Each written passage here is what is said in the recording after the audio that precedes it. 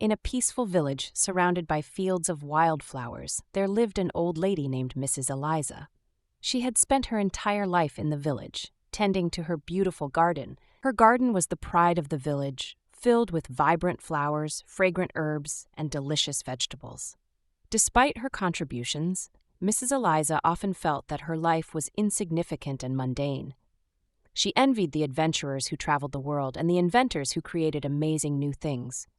One sunny afternoon, while working in her garden, Mrs. Eliza noticed a young boy named Samuel watching her from the fence. His eyes were wide with curiosity. "Hello there, Samuel," Mrs. Eliza greeted warmly. "Would you like to help me with the garden?" Samuel nodded eagerly and climbed over the fence. As they worked together, Mrs. Eliza shared stories of her life in the village.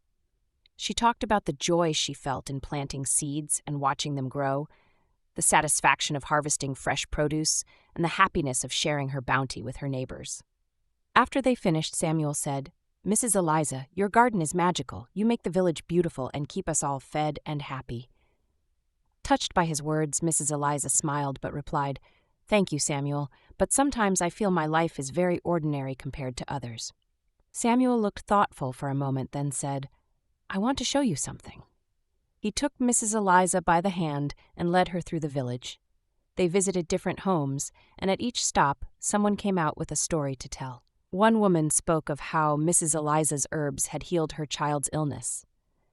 An elderly man shared how her flowers had brightened his days after his wife passed away.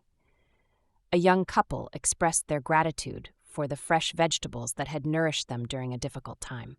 At the end of their walk, Samuel brought Mrs. Eliza to the village square where a group of villagers had gathered.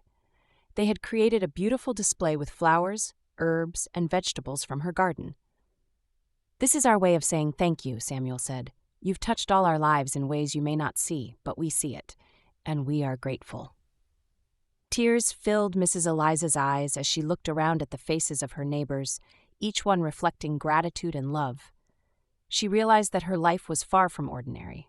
Her garden was not just a collection of plants, but a source of life, healing, and joy for the entire village. From that day on, Mrs. Eliza embraced her life with a newfound sense of purpose and joy.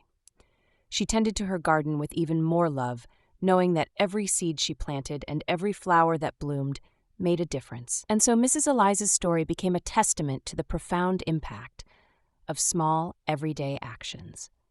She learned to cherish each day and to find greatness in the simple act of nurturing her garden, never again doubting the worth of her own unique life.